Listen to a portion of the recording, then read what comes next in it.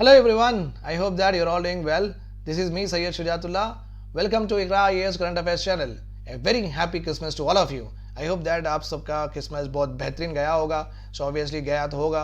तो आज के दिन से आप फिर से back to basics, back to chair, back to table करना बहुत ज़रूरी है. Consistency is very very important in what in UPSC examination. बहुत बड़ी जर्नी है ये. इसका मतलब बड़ी जर्नी तो कंसिस्टेंसी रखनी चाहिए. देखो मैं एक बात आपको समझाता हूँ. ओलंपिक्स में 100 मीटर की रेस होती, उसेन बोल्ट 10 सेकंड भागता भाई. उन्हें सिर्फ 10 सेकंड भागता बट 4 साल प्रैक्टिस करता. So you can understand that वो 10 सेकंड के लिए 4 साल भाग सकता. तो आप आपकी ज़िंदगी के करियर के लिए 1 साल तो दे सकते, right. You can give 1 year for sure. तो समझिए कि उसका डेडिकेशन लेवल और अपना डेडिकेशन लेवल किस तरीके से है. तो अपना माइंडसेट को बनाइए, अपने माइंड को कंडीशन करिए. नहीं भाई, मुझे पढ़ना है, मुझे बैठना है, मुझे लिखना है. And those student who are watching me for the very first time, उनके लिए एक इन्फॉर्मेशन है. मैं हर दिन आता हूँ, एक दिन करंट अफेयर्स करता हूँ और अल्टरनेट डे मैं एडिटोरियल्स करता हूँ, picked up from the very very best newspapers और जो कि हाईली एग्जाम ओरिएंटेड है. अभी मेंस एग्जामिनेशन में उसका आने के प्रोबेबिलिटी भी ज़्यादा है. Okay, and do subscribe to the channel, वो तो मैं हमेशा बोलता हूँ. And spread the news. And हर एक को बताइए कि हम इस तरीके से अपना हिंदू एडिटोरियल्स जो अपने करंट अफेयर्स कवर करते हैं, so that they will also take the benefit of it. And those student who are watching me very regularly, उनके लिए एक इन्फॉर्मेशन है. आप सुबह में अच्छे से नोट्स मेकिंग कर लीजिए. मेरे जो भी लेक्चर मैं यहाँ पे देता हूँ, नोट्स मेकिंग कर लीजिए. अगर आपको डाउट्स है तो कमेंट सेक्शन में आप लिख देना, मैं दूसरे दिन आके वो ऑब्वियसली क्लैरिफाई कर दूंगा. अपार्ट फ्रॉम दिस, आप सुबह देख लेते हैं, सुबह समझ लेते हैं, शाम में सोने से पहले आप इसको रिविजन कर लेना. Okay, revision is very very important है. और those students who are watching me regularly, उनके लिए और एक भी इंपॉर्टेंट एस्पेक्ट है कि आप 2 महीने से सुन रहे ना, अब आप शुरू करिए कि करंट अफेयर्स के ऊपर एमसीक्यूज करना. ओके, आप यहाँ वहाँ से ढूंढ लीजिए और एमसीक्यूज करना शुरू कर दीजिए. बिकॉज आपकी माइंड को कंडीशन करना, आपकी माइंड एनालाइज करना, ये सब भी सीखना बहुत बहुत ज़रूरी है. ठीक है, let us go ahead for our current affair session now.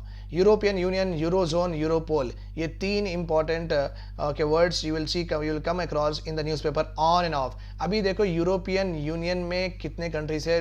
27 countries है यूरोप के. ये एक European union is a Europe का एक एसोसिएशन है, ऑर्गेनाइजेशन में, जिसमें 27 कंट्रीज है. बेसिकली ये countries they generally cooperate in all fields. Okay, इनकी what visa related policy same रहेंगी. ओके, फॉरेन पॉलिसी सेम रहेगी. इनके ट्रेडिंग, टैक्सेस, टैरिफ्स, ये मिलजुल के पूरे मिला के इनके पास किस तरीके से ट्रेड होना चाहिए. इनके वीज़ा, एक वीज़ा पूरे कंट्री में चलता. ओके, फॉरेन पॉलिसी इनकी एक ही होना चाहिए. ये as a group how they will coordinate with other countries as a group. European Union and India, European Union and USA, European Union and BRICS. So ये in as a group दूसरे country से किस तरीके से foreign policy pursue करते हैं. ठीक है, यूरोपियन यूनियन. देखो यहाँ पे EU and eurozone members. Okay, अभी देखिए, ये तो मैं बाद में आऊँगा इसके ऊपर. सो पूरे 27 कंट्रीज है इसमें पूरे 27 कंट्रीज है. अब यूरोजोन क्या है? यूरोजोन एक with in the European union के अंदर 27 countries, they generally don't have one currency. There are only 19 countries are there.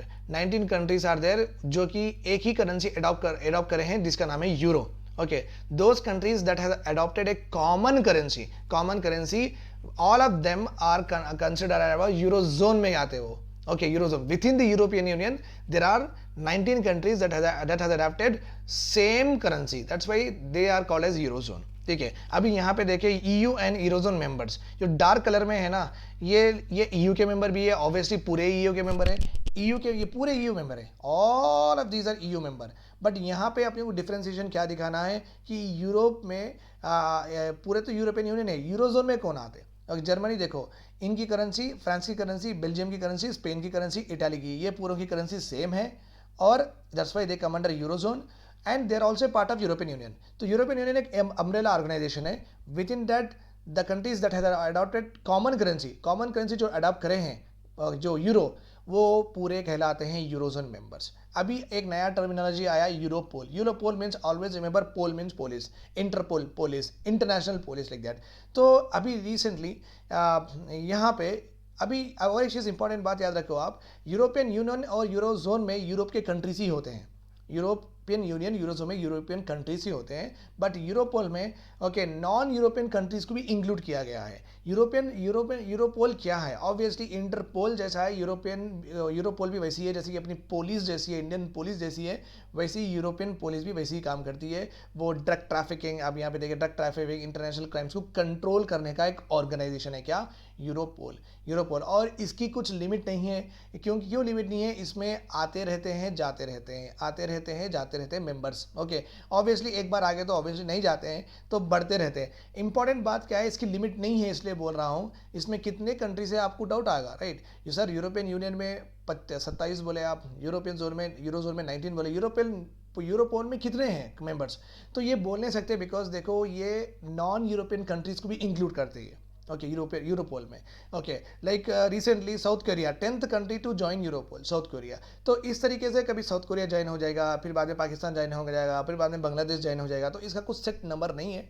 Okay, और रिमेंबर एक पॉइंट सबसे ज़्यादा इंपॉर्टेंट क्या है यहाँ पे, यूरोपियन यूनियन और eurozone. European union and eurozone में यूरोप के कंट्रीज ही होते हैं, बट यूरोपोल में नॉन यूरोपियन कंट्रीज भी इंक्लूड किया जाता है, just like south Korea. Okay, पहले तो यूरोपियन यूनियन में 28 कंट्रीज थे, बट ब्रिटेन ने यूरोपियन यूनियन छोड़ दी हैं। ओके, एग्जिट कर दी हैं वो ग्रुप से, that is called as what, वो फैंसी में इसको ब्रेग्जिट बोलते हैं हम। ब्रिटेन की एग्जिट हो गई है यूरोपियन यूनियन में। I hope you got all of this. Okay, तो Eurozone, Europol and European union का मतलब मैं बोल दिया हूँ। Okay, Van Dhan Yojana by TRIFED, okay, tribal federation marketing and development, Van Dhan. तो ये क्रॉनिकल आए हैं, ट्राइफेड वन धन, क्रॉनिकल का नाम ही है। Chronicle is nothing but a journal you can say, और you can say that right. So एक बुक है, ये बुक में every activity which is done by what TRIFED वाले जो भी एक्टिविटीज़ करते हैं, ओके, वो with regard to this Van Dhan Yojana, with regard to how they market products of the tribal, तो वो पूरा डॉक्यूमेंटेड है। The chronicle gives an in-depth illustration of activities undertaken by TriFed which has impacted the life of lakhs of tribals. Nothing but एक documentation है जो कि ट्राइफेड अभी तक क्या क्या काम करा है उसका पूरा डॉक्यूमेंट यहाँ पे उसका पूरा लिखाई पढ़ाई इसमें है। ठीक है, क्या वंदन योजना है क्या? 2018 में ये प्रधानमंत्री मोदी जी लॉन्च करे थे, और इसकी थीम याद रखिए, छोटे मोटे एग्जाम्स के लिए ये थीम बहुत इंपॉर्टेंट है, empowering tribal communities through value addition. Very important theme है, don't forget this theme. Features of this scheme क्या है? 10 self help groups of 30 tribal gatherers is constituted. एक self help group, okay, one self help group, okay, खुद से सबको help करेंगे, मैं आपको हेल्प करूंगा, आप अपन दोनों किसी और को हेल्प करेंगे, इस तरीके का 30 मेंबर्स का ग्रुप बनाएंगे जो कि इसमें ट्राइबल ही रहेंगे। Okay, 30 member tribal group, okay, ऐसे 10 बनाएंगे, 10। Okay, 10 self help groups of 30 tribal gatherers is constituted. Tribal gatherers का मतलब क्या है? ये फॉरेस्ट में जाएंगे, कुछ हनी लेके आएंगे, कुछ मेडिसिन लेके आएंगे, कुछ प्लांट्स लेके आएंगे, सो के गैदरर्स है, these are called as gatherers. Okay, so tribal के जो गैदरर्स है, ओके, जो फूड प्रोडक्शन करते हैं, तो वो लोग एक सेल्फ हेल्प ग्रुप बनाएंगे। Okay, to be train and provided with working capital, अभी उनको ट्रेनिंग दी जाएगी कि आप किस तरीके से आपके प्रोडक्ट्स मैन्युफैक्चर करेंगे। अगर आप फॉरेस्ट से हनी लेके आए तो हनी को किस शीशे में रखना चाहिए, उसका ढक्कन कैसा लगाना चाहिए, उसकी ब्रांडिंग कैसे करनी चाहिए, और वो कहाँ पे जाके मार्केट करना चाहिए, कहाँ पे बेचना चाहिए, कितनी दूर तक आप बेच सकते, और what is the transportation channels you are having, और गवर्नमेंट की स्कीम क्या चल रही है आपको क्या सपोर्ट करने के लिए। तो ये एक सेल्फ हेल्प ग्रुप 30 लोगों का जो ग्रुप बना है, हर 30 लोगों को एक ग्रुप को मस्त ट्रेनिंग दी जाएगी कि आप किस तरीके से हर चीज में स्किलफुल हो सकते हैं, और ऊपर से पैसे दिए जाएंगे later on. Self help groups will market their products within and across state, ये मैं आपको अभी बोल चुका हूं। To form clusters to aggregate their stock and link with facility of primary processing in Van Dhan Vikas Kendras. So ये 30 लोग खुद के पूरा प्रोडक्शन ले लेके एक ट्राइबल वनधन विकास केंद्र में रख लेना, वहाँ पे स्टोर करना, फिर वहाँ पे स्ट्रैटेजी करके बेचना शुरू करना। Involvement of big corporate under the PPP model, अगर आदित्य बिरला, अगर टाटा वाले अगर आके इनके खरीदना चाहते हैं तो खरीद ले सकते हैं। Involvement of big corporate under what? PPP model, public private partnership model, जिसमें गवर्नमेंट भी रहेगी एज ए पार्ट और प्राइवेट पीपल भी, like private businessman, private sector भी रहेगी एज ए पार्ट। ओके, तो ये एक स्कीम है जिससे ट्राइबल के लाइवलीहुड्स और उनके प्रोड्यूस के लिए रेम्यूनरेटिव प्राइसेस इंश्योर करने का एक इंपॉर्टेंट स्कीम है ये। Okay, fine. What is TriFed? TriFed was established, I told you, TRI means Tribal Marketing and FED means Federation Development. TRIFED was establish in the year 1987. 1987 में BIFR भी आया था, board of industrial and finance reconstruction. So एक GK knowledge है, please take a look here also. TRIFED was establish in August 1987 under the multi state cooperative society act 1984. ये बहुत बड़ा important statement है with regard to TRIFED. TRIFED has been establish under what society registration act, ऐसा पूछ सकते हैं. और they can say that TRIFED has been establish under companies act of 2013 बोल सकते हैं. सो बेसिकली आप इंपॉर्टेंट क्या याद रखना है कि कौन सी ऑर्गेनाइजेशन कौन से एक्ट से क्रिएट हुई है, ये याद रखना है, बिकॉज इस तरह के क्वेश्चंस ऑलरेडी आ चुके हैं यूपीएससी में. सो ट्राइफेड कब एस्टेब्लिश हुई? 1987 में. और कौन से एक्ट में हुई?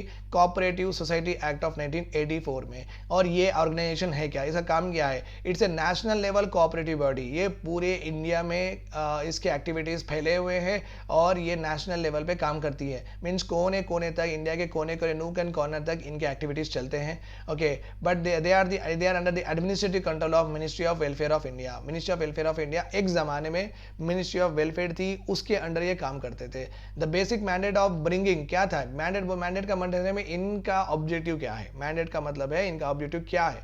इनका ऑब्जेक्टिव है कि social economic development of tribals करना है ये. Okay, by institutionalising their trades, उनके ट्रेड्स को. Okay, fine. Institutionalizing the trade of minor forest produce and surplus agriculture produce collected by them. Okay, and here important बात क्या है? Minor forest produce का मतलब क्या है? माइनर फॉरेस्ट प्रोड्यूस, देखो भाई, फॉरेस्ट में वो लोग जाते हैं ट्राइबल और कुछ ना कुछ कलेक्ट करके लेके आते हैं. वो वुड रहो, ओके, वो फ्यूल रहो, एक्सेट्रा, वो हनी रहो, ओके, सो ये मेडिसिनल के जो भी चीज़ें रहो, थोड़े बहुत फ्रूट्स रहो, तो ये ऐसे इस तरीके से चीज़ खरीद वहाँ से कलेक्ट करके लेके आते हैं. That is called as what? Minor forest produce. Okay, और ये ज़्यादा लेने नहीं देते. ओके, फॉरेस्ट अथॉरिटीज़, जो भी फॉरेस्ट रेंज ऑफिसर्स होते हैं, वहाँ पे गवर्नमेंट होती है, इनको एक आईडी कार्ड देती है. वो आईडी कार्ड से वो जाएंगे, वो जो कलेक्ट करके लेके आएंगे, वो एक ज़माने से जो कलेक्ट करते थे और ज़माने से जो कलेक्ट करके बेचते थे ना, तो वही चीज़ उनको अलाउ करेंगे वहाँ के फॉरेस्ट अथॉरिटीज़ लेने के लिए. ओके, और माइनर थोड़ा बहुत चीज़, ऐसा नहीं कि पूरा जंगल आप साफ कर दो, ऐसा नहीं करने देंगे. वो माइनर फॉरेस्ट प्रोड्यूस, छोटी छोटी चीज़ वो कलेक्ट करके लेके आएंगे और उसे बेचेंगे. ओके, और surplus agriculture produce. Surplus agriculture produce, इसका मतलब क्या है? सरप्लस एग्रीकल्चर प्रोड्यूस का मतलब है 1 एकड़ की लैंड है, आप 1 एकड़ में आया है 10 टन, 3 टन आप रख लिए आपके घर के लिए और 7 टन आपके पास बच गया, तो 7 टन सरप्लस हुआ नहीं हुआ? यस हुआ. Agriculture surplus. और तो एक ट्राइबल है, ट्राइबल मिस्टर ए है, मिस्टर ए के पास 10 टन आए, 10 टन में 3 टन वो रख लिए और 7 टन उनको बेचना है. बट क्या हो रहा है यहाँ पे? ये ट्रेडर्स, कमीशनिंग एजेंट्स, ये जो बीच में मिडिल मैन होते हैं ना, इनको बेचने से इनके बहुत सारे लॉसेस हो जा रहे हैं और वो गरीब के गरीब ही रह रहे हैं. इसलिए इनका जो ये ट्रेड है इंस्टीट्यूशनलाइज करना है. इंस्टीट्यूशनलाइज करना है, करने का मतलब है इनका जो ट्रेड है वो एक प्रॉपर चैनल से बेचना जरूरी है. इनके जो भी प्रोडक्ट्स है प्रॉपर चैनल से बेचना है. इसके लिए हम बनाए हैं TRIFED. Nothing but that is only called as what? Institutionalising the trade of what? Minor forest produce. Minor forest produce. ठीक है, यस. ट्राइफेड की एमएसपी. ओके, ट्राइफेड से MSP minimum support price for the minimum forest produce and Van Dhan Gram program is in the line with scheduled tribes and adult traditional forest developers forest right act of 2006. Okay, so इनकी MSP रहो for the minor forest produce and Vandan के जो भी programmes करते हैं, they are very much in line with forest right act of 2006. A key forest legislation pass for securing protection and livelihood for the poor tribals. Okay, poor tribals वहाँ पे जो forest में dwell कर रहे हैं, चेंचू से, कोया से, ये पूरे जो फॉरेस्ट में रहते हैं एक्चुअली, सो वो लोग कुछ भी अगर वहाँ पे कलेक्ट करेंगे और आके दुनिया में और सोसाइटी में बेचेंगे, तो ये हेल्प करेंगे ट्राइफेड वाले उनके जो भी है प्रोडक्ट्स को अच्छे दाम में बेचने के लिए, सो दैट उनमें भी पॉवर्टी कम हो और उन्हें बहुत अच्छी से लाइफ जी सकें. ठीक है, right. UNSC resolution. UNSC resolution in which India favored the motion is related to. Recently एक UNSC United Nations Security Council, United nation security council, it is a watch dog, ये एज ए Avengers काम करता है. मेरे previous lectures में बोला हूँ मैं कि what does UNSC do. United nation security council is a watch dog of world peace. World में पीस होना चाहिए, वर्ल्ड में ऑटोक्रेसी नहीं होना चाहिए, वर्ल्ड में किसी ह्यूमैनिटी पे अत्याचार नहीं होना चाहिए. अगर ऐसा कुछ होगा ये वहाँ पे इन्वेड करेंगे, इनकी आर्मी भेजेंगे और वहाँ की गवर्नमेंट जो ख़राब है, जो कि लोगों को मार रही है, जो कि लोगों को सता रही है, जो ऑटोक्रेटिक गवर्नमेंट है, जो डेमोक्रेसी से नहीं चल रही है, फिर वो गवर्नमेंट को हटा देंगे और वहाँ के जो भी एक प्रॉपर गवर्नमेंट वो फॉर्म करेंगे वहाँ पे. तो इनका काम यही है यूनाइटेड नेशन सिक्योरिटी काउंसिल का. ठीक है, ये रिसेंटली एक रेजोल्यूशन पास करे हैं. ओके, 2615 रेजोल्यूशन का नंबर क्या है? 2615. इंडिया ये रेजोल्यूशन को फेवर करा है, वोटिंग अपनी पॉजिटिव दिया है. India has said yes to this particular resolution. हाँ, ये इंप्लीमेंट होना चाहिए. ये रेजोल्यूशन रिलेटेड टू व्हाट, किस के लिए ये रेजोल्यूशन था? to lift, sorry this is not live, to lift sanctions on Iran if Iran adheres to P5+1 nuclear deal. Iran के बारे में फुल फ्लेज लेक्चर है माय डियर स्टूडेंट्स, आप मेरे प्रीवियस वीडियोस देख लेना, आपको बहुत सारा नॉलेजेबल डेटा मिल जाएगा. To provide humanitarian exemptions to Taliban, to stop Russia to invade or annex Ukraine, cyber security. The correct answer for this is your yes.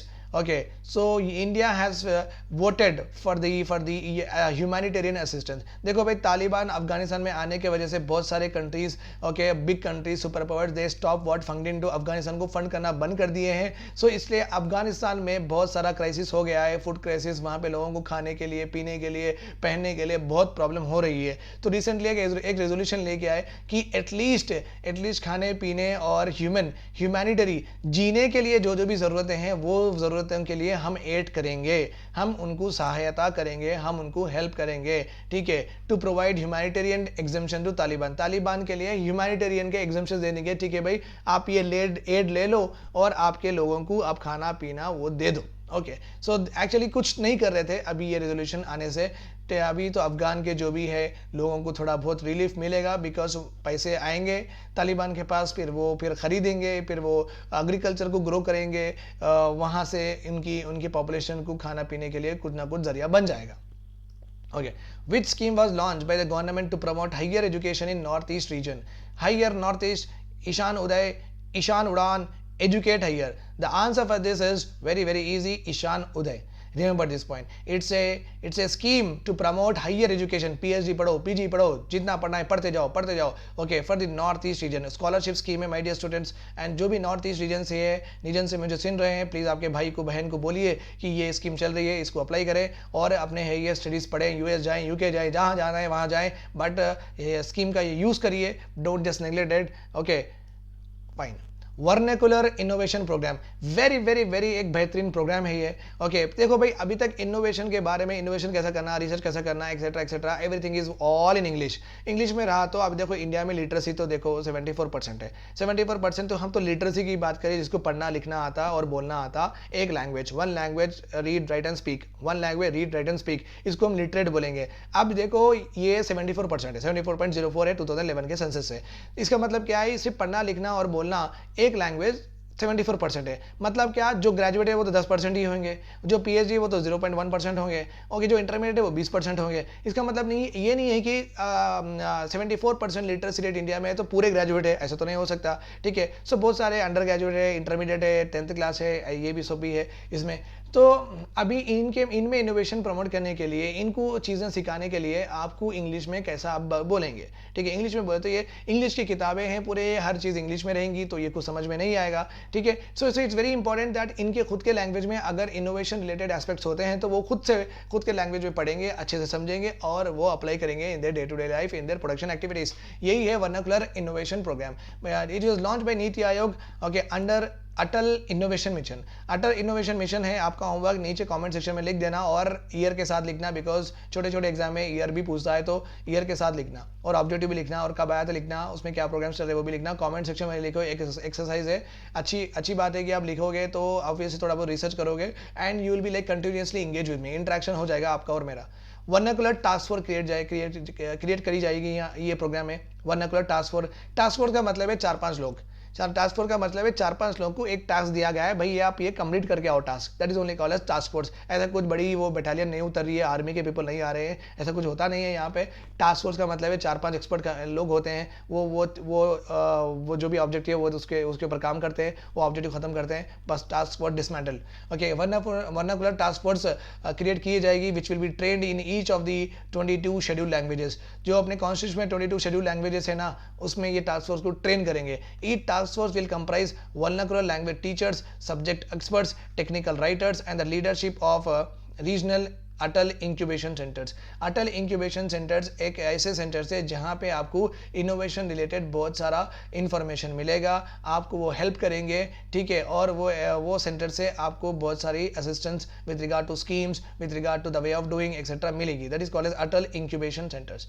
Okay, it is in the world में first nation, India is the first nation where an innovation ecosystem catering to 22 languages and English is being developed. Innovation ecosystem where to cater to 22 languages aimed at empowerment of innovators and entrepreneurs. Okay, obviously ये तो है तो entrepreneurs को और innovators को ही promote करने का programme है, बिकॉज यहाँ पे अटल इनोवेशन मिशन भी आ गया और ये प्रोग्राम का नाम ही इनोवेशन है। बट मतलब क्या है, बोलने का मतलब क्या है, इनोवेशन प्रोग्राम, अगर इनोवेशन इंडिया में आगे बढ़ना है, इनोवेशन आगे बढ़ना है, वो तो नई चीज़ आना है, ऐसी चीज़ जो ऑलरेडी नहीं है। ऐसा जैसे कि अब हमारे पास देखो वर्चुअल कुछ नहीं है, जैसे कि मैं अगर मेरे मोबाइल में ऐसा टैप करूं तो यहाँ पे मुझे कुछ दिखेगा, तो मैं यहीं पे ग्राफ ऐसा बना दूं, फिर उसको सेव बोलूं तो यहाँ पे वो ऑब्वियसली पेपर में आ जाएगा, राइट। तो मुझे ये फैसिलिटी नहीं है कि जैसे आयरन मैन करता ना, ऐसा खुल के फिर ऐसा करता, तो ये अपने पास टेक्नोलॉजी नहीं है। अगर कोई ये टेक्नोलॉजी बना दिया इंडिया में तो ये तो इनोवेशन है। सो ऐसी चीज़ जो अभी तक नहीं है और जो सबसे न्यू है उसको बोलते हैं अपन इनोवेशन। ओके, उसको बोलते हैं अपन इनोवेशन। जैसे कि आप देखो लैपटॉप है, लैपटॉप फोल्डेड लैपटॉप नहीं है हमारे पास, छोटा लैपटॉप है, उसको बड़ा कर दो बड़ा हो जाता, ऐसा ग्राफाइट का लैपटॉप नहीं है अपने पास, ठीक है। तो इनोवेशन का मतलब है anything which is like giving more productivity, which is more reliable, which is having a new quality आ जाना, वो चीज़ में न्यू क्वालिटी आ जाना, ठीक है, that is called as innovation. तो इनोवेशन प्रमोट करने के लिए इंग्लिश लैंग्वेज ही सफिशिएंट नहीं है, बिकॉज बहुत सारे लोग तेलुगु है, तमिल है, उसमें भी बहुत अच्छा पढ़े लिखे हैं, तो पढ़े लिखे हैं तो ऑब्वियसली इन इंग्लिश कैसा समझेंगे, राइट। वो भी ग्रेजुएट है बट तमिल ग्रेजुएट है, तेलुगु ग्रेजुएट है, जो कि मेरी लैंग्वेज है, मेरी स्टेट तेलुगु ग्रेजुएट है, तो वो लोग इंग्लिश में समझेंगे कैसा, तो उनको तो उतना इंटरेस्ट आएगा नहीं, जबकि वो इनोवेशन करना कैसा, रिसर्च करना कैसा जब वो पढ़ने सकेंगे। सो बेटर है कि उनके लैंग्वेज के इनोवेशन रिलेटेड एस्पेक्ट बताइए, सो दैट वो स्टडी अच्छे से करेंगे और उन वो पाथ पे वो चलेंगे और हम उनको असिस्टेंट करेंगे, तो दे will also establish what research and development units, ठीक है, फाइन। प्रलय मिसाइल, देखो ये है अपनी प्रलय मिसाइल, सरफेस टू सरफेस है, ओके, जमीन से जमीन तक, बस ऊपर नहीं मारती और पानी में नहीं मारती, याद रख लो आप, जमीन से जमीन। Okay, surface missile, conventional quasi ballistic missile, quasi बोल तो आधी बैलिस्टिक मिसाइल है, आधी नहीं है। I have told you what is the difference between a ballistic missile and a cruise missile. Okay, ballistic missile okay इन अर्थ के बाहर भी टारगेट हिट कर सकती है, क्रूज मिसाइल नहीं कर सकती है। क्रूज में और बैलिस्टिक मिसाइल लंबी होती है, क्रूज मिसाइल शॉर्ट होती है, छोटी होती है। और बैलिस्टिक मिसाइल को पूरी जर्नी हम प्रोपेल नहीं करते, पूरी जर्नी हम प्रोपेल नहीं करते, यहाँ तक ऐसा नहीं करते, आधे तक प्रोपेल करते हैं, उसको छोड़ देते, फिर उसके बाद उसके अल्लाह मालिक बोले ऐसा कहाँ पे भी गिर सकती है, यहाँ पे कहाँ पे भी गिर जाती है। अब यहाँ पे क्या है, क्रूज मिसाइल क्या करती है, क्रूज मिसाइल को हम प्रॉपरली मनोवर करते हैं, ऐसा कर मनोवर करते हैं, जहाँ पे टारगेट जाना है उसके पीछे जाते हैं। Just like in fast and furious में वो जो रहता है ना हाकाई, तो हाकाई से लेके वो जो ड्रोन होता है कंटिन्यूसली पीछे जाता है, लेकिन क्रूज मिसाइल विल बी मनोवर्ड। ये ऐसा नहीं, ये तो खता चलो भाई कहाँ बोले वहाँ गिर जाओ आप, आधा ही प्रोपेल करते हैं, राइट। तो ये क्वाजी बैलिस्टिक मिसाइल है। ओके, बहुत सारे फीचर्स है इसमें, मैं ऑलरेडी 2-3 अभी इसलिए डिस्कस कर चुका हूँ क्योंकि आपको थोड़ा बहुत आइडिया आ जाए, बट इसके बारे में मैं ऑलरेडी अच्छे से पढ़ा चुका हूँ in my previous classes. Range 500 kilometre है। ओके, टेस्टेड फ्रॉम, ये याद रखो आप, छोटे मोटे एग्जाम में ये आ जाएगा, doctor APJ Abdul Kalam island is located near which one of the following state, Orissa, okay, Tamil Nadu, किसके कंट्रोल में, पहली बात कंट्रोल भी इंपॉर्टेंट है। लोकेटेड तो बे ऑफ बंगाल में, ऑब्वियसली ये तो यहाँ पे बे ऑफ बंगाल में है, ओके, बट किसके कंट्रोल में है, उड़ीसा के कंट्रोल में। और यहाँ पे देखो बेसिकली DRDO के जो भी मिसाइल होते हैं ना, मिसाइल के लॉन्चेस यहाँ पे होते हैं, मिसाइल के लॉन्चेस यहाँ से होते हैं, और इसरो के जो लॉन्चेस होते हैं ना सैटेलाइट के, ये होते हैं श्रीहरिकोटा नेल्लोर आंध्र प्रदेश। श्रीहरिकोटा नेल्लोर आंध्र, श्रीहरिकोटा बहुत सारा छोटा सा विलेज है, नेल्लोर उनकी डिस्ट्रिक्ट है और आंध्र प्रदेश स्टेट है। ओके, तो यहाँ पे मिसाइल लॉन्च होते हैं इसरो के, और जनरली सैटेलाइट लॉन्च इसरो के होते हैं, यहाँ पे मिसाइल लॉन्च होते हैं DRDO के। ठीक है, प्रलय, प्रलय देखो आप सरफेस टू सरफेस याद रखना, कॉजी बैलिस्टिक याद रखना, 500 किलोमीटर याद रखना, DRDO ने बनाया, ये बस याद रखना बस। Which among the following is the first indigenously built missile corvette? INS कुर्की is the answer, please do remember this point। ये कॉर्वेट होती क्या है, ये देखो भाई 3 तरह के शिप्स होते हैं, एक तो डिस्ट्रॉयर्स, ओके वारशिप्स होते हैं, एक तो कॉर्वेट्स, ओके, और एक है फ्रिगेट्स, फ्रिगेट्स FRI फ्रिगेट्स। ये 3 तरह के शिप होते हैं। डिस्ट्रॉयर सबसे बड़ी शिप होती है, ओके, मेन कॉम्बैट व्हीकल, लड़ाकू शिप है। उससे छोटी होगी कॉर्वेट, उससे छोटी होगी फ्रिगेट, ठीक है। और ऑब्वियसली हम ये जब भी बनाते हैं ये 3 के 3, तो हम खुद से ही पूरे नहीं बनाते हैं, पूरी शिप हम नहीं खड़ी कर सकते हैं। हम रशिया की, जर्मन की, किसी की हेल्प लेंगे, तो उनकी टेक्नोलॉजी थोड़ी बहुत यूज़ करके, उनकी थोड़ी बहुत नॉलेज यूज़ करके और हम बनाते हैं। ये एक पहला कॉर्वेट है, पहला कॉर्वेट शिप है जो हम खुद से बनाए हैं end to end without any help लेके। Okay, that is INS Kukri, very important है, याद रखिए।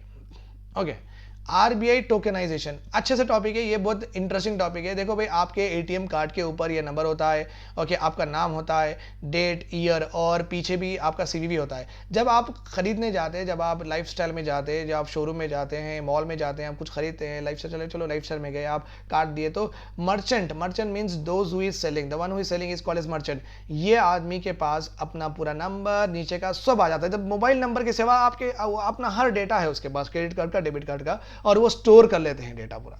ओके, ऑब्वियसली स्टोर तो करेंगे ही।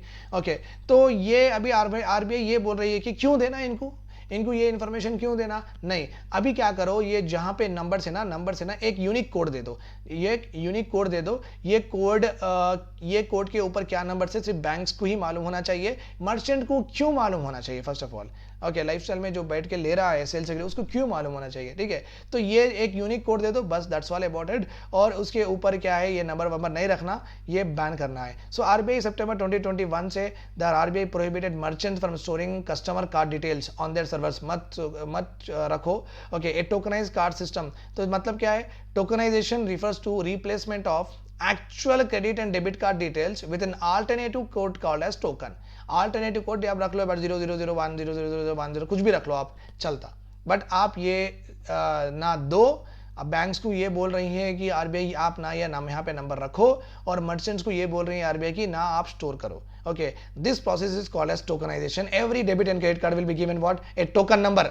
बस ये टोकन नंबर का डिकोड करना सिर्फ बैंक ही कर सकती, कोई और कर नहीं सकता। And this is considered as very much secured. देखो यहाँ पे 3rd पॉइंट में लिख दिया हूँ, ऑब्वियसली ये सिक्योर्ड है क्योंकि मेरा डेटा, सिर्फ मेरा मोबाइल छोड़ के हर चीज़ उनके पास चले जाती। अभी मेरा ही मोबाइल तो ऑब्वियसली कोई ले नहीं सकता, बट ऑब्वियसली अगर कभी मिसलीड हो गया, कभी आप लॉक नहीं डाले, तो ये आपको पूरे पैसे आपके फ्रॉड्स में चले जाएंगे। ठीक है, सो बेटर है कि आप कार्ड पे ही डिटेल मत रखो, बात खत्म। ठीक है, thanks a lot for hearing to me, have a nice day, I will come tomorrow for the editorials. Okay, do keep watching regularly. अगर आपको डाउट हो तो पूछ देना आप कमेंट सेक्शन में, मैं बता दूंगा। Bye bye, take care, have a nice day, have a nice Sunday.